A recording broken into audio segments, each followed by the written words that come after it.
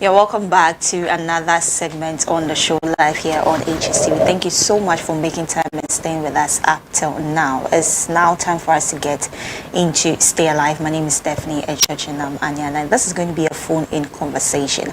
And we're going to focus on foods to eat to avoid diabetes. And then my guest is going to be a registered nutritionist. She's also a founding member of GAND. GAND is Ghana Academy of Nutrition and Diabetics, and she is also an ambassador for non-communicable diseases, of which diabetes is one of them, and that is Madam Helena Inti. Hi, good morning, Madam. Thank you for joining us this morning.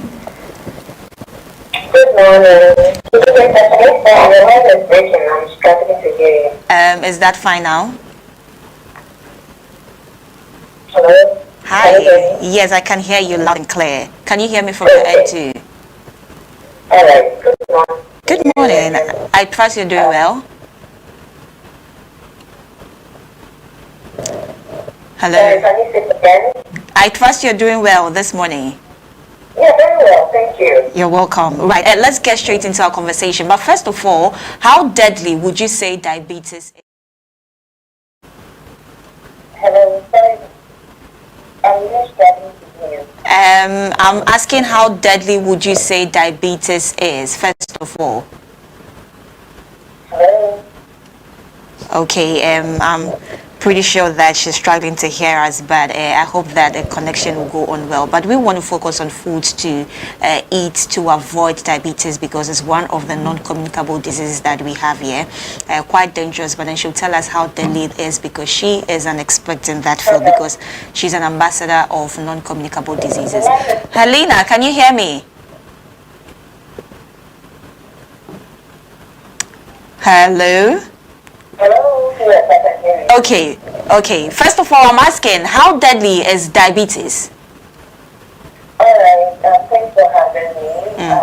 So I'll say that diabetes is deadly in the sense that it's one of the chronic conditions that predisposes infants to cardiovascular disease. And when we say cardiovascular disease, we are talking about heart disease and stroke. We are talking about blood pressure, and then what we call the metabolic syndrome. Okay. So once anyone has diabetes or high blood sugar, then they have higher risk factor for the metabolic syndrome, which has to do on death rate. And how does it come about in the first place to an individual? All right. So there are two types of diabetes. We have the type 1 diabetes, we have the type 2 diabetes, another one called diabetes. So for type 1 diabetes, it's genetic, and also immune disease. So we have what we call insulin, that's the hormone that's supposed to have sugar from the blood. And type 1 diabetes, insulin is not available because there's beta cells that are supposed to produce insulin, and insulin is for some reason they are destroyed, and so the body is able to produce sugar from the blood. This is usually an early onset, common in young people. When you have type 2 diabetes, it is usually a result of inappropriate lifestyle practices. So when people find themselves consuming more than their body needs, then there is a lot of sugar in the blood. There isn't enough insulin to pick up the glucose or the sugar from the blood. And so once you have a lot of sugar floating in the blood, you tend to be diabetic if this continues over a long time.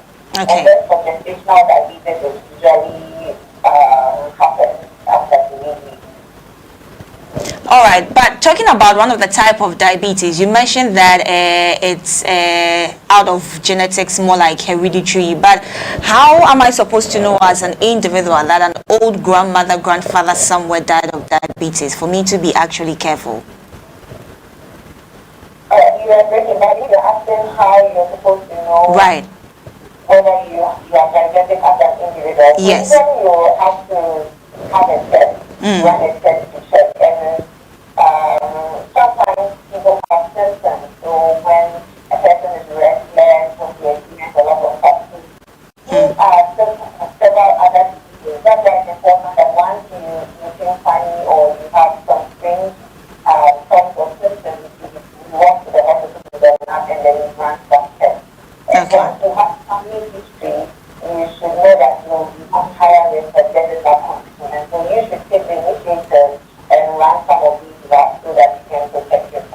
Okay, kindly run us through some warning signs of diabetes.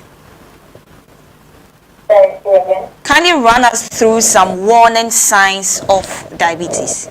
Okay, so you might feel very tired, and one might feel dizzy, one might feel just weak and sick, and as well, like I said, it's predisposing one to other conditions. So, for example, kidney, and that's at a very high level.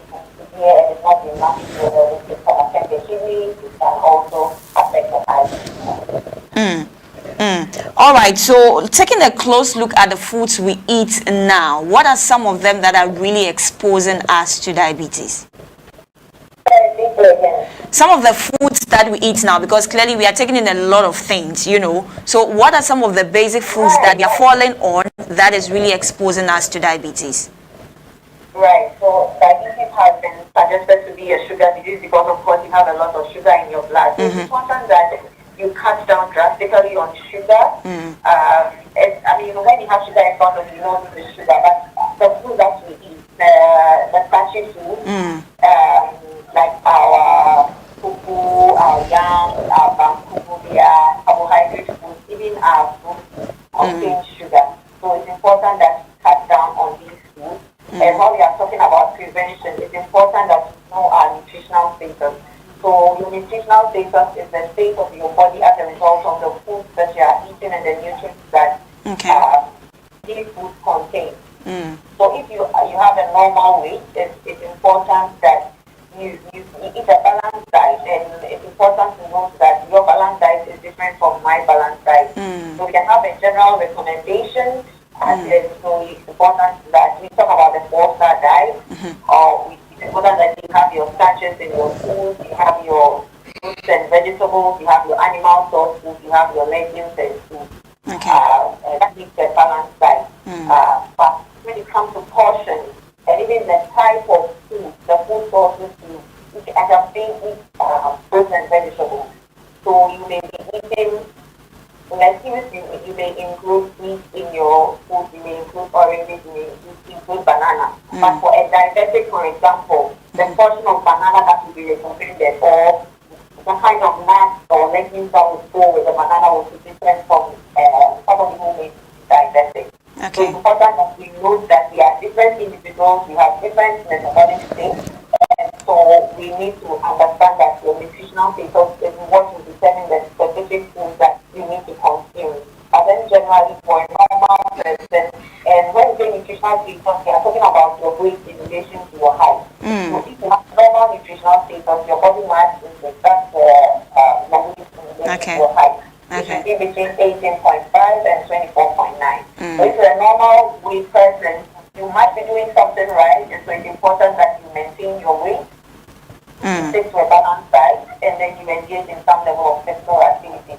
If you're a person who is overweight, then it's important that you cut down on your caloric intake. And when I say caloric intake, you are looking at consumption of your carbohydrates, like your starches, your proteins, your meat, your legumes, your fats, your oils, your butters, and all that you have in your diet. You need to cut down on that and have a target weight. And you can do this by seeking professional help. So it's important that you mind your weight, because being overweight is a risk for having diabetes. And also, when I say being overweight, there is also congenital obesity. So you have the circumference of weight at the navel level. So for women, if it is more than 35, then it means that you have a higher risk of getting diabetes. And for men, if it's higher than 40 inches, it means you have a higher risk for diabetes. So it's important that we know this, and it's also important that there are foods that we call high glycemic index foods. These foods including sugar in the blood more quickly than low glycemic index foods. So it's important that we take note of these, and these are usually common for refined food. Refined food. So if you know that you have higher risk, you would want to go in for whole grains and food that are less refined. If you find yourself consuming the refined food like the white rice, you would want to add some vegetables so that it will give you a lower glycemic index meal. aside knowing my nutritional, status, is it compulsory for me to fall on an expect for a meal plan if I am diabetic? Yes, it's very important that you consult the expert because these days there are a lot of people on the market and they say things without any evidence, without any research backing it, and we undermine the research. So research is important because it gives us evidence. We use people, real people, to understand the situation. So let's say you have diabetic individuals and we know that they are consuming A diet or B diet, and we observe them for a period of time and look at the outcome. At the end of the day, we know that yes, a diabetic can consume these foods and it's healthy for this person. But then you don't just think that this food is good. So for example, people say, oh, I don't eat sugar. I use honey. I use molasses. I use dates. But you know that all these are types of sugars. Okay. So a friend even called like some weeks ago, and she's like, someone told me that I can use molasses to treat fibroids. I'm like, what does molasses contain that's going to treat fibroids? That's just a lie. So it's very important that we understand that there are different types of sugar, and honey is a type of sugar, molasses is a type of sugar. The difference between them would be the rate at which they are releasing sugar into the blood. For example, if you take dates, it comes in a form that you are leaving the whole fruit state. You know that you are getting some minerals out of it, you have some fiber. But if you are going to extract the sugar, we are all sugar in the brain. Sugar into the blood. Okay. Okay. There is an assertion out there that, brown sugar is way healthier than the white sugar or even the honey that we fall on. Would you debunk that or agree to that assertion? Right. So that's also another problem. When you compare the white sugar to the brown sugar, you realize that the white sugar is tastier. So people think that the brown sugar is healthier. So instead of using a tablespoon, for example, or a teaspoon, depending on what portion they are using, the kind of food they tend to put more than they are supposed to. And like I said, it's also a type of sugar, and it will do to you what the white sugar will do to you. Okay. Thank you very much. But before I take leave of you, finally, is there hope for a diabetic patient? Of course, there is hope. It can be managed if people would seek professional help. If people will commit to the recommendations, dietary recommendations that they are given. It's also important for me to say that we need to engage in physical activity. We don't have to just do the weekends. It's important for us to spread. So according to the World Health Organization, you're supposed to do like 30 minutes, 150 minutes a week. That has to be spread throughout the week so that like 30 minutes a day you engage in moderate, light to moderate physical activity depending on your condition. Because some people have heart conditions, we tell them to exercise and they're going to engage in vigorous activity, and that can turn out bad. So it's important that you seek professional help in these cases.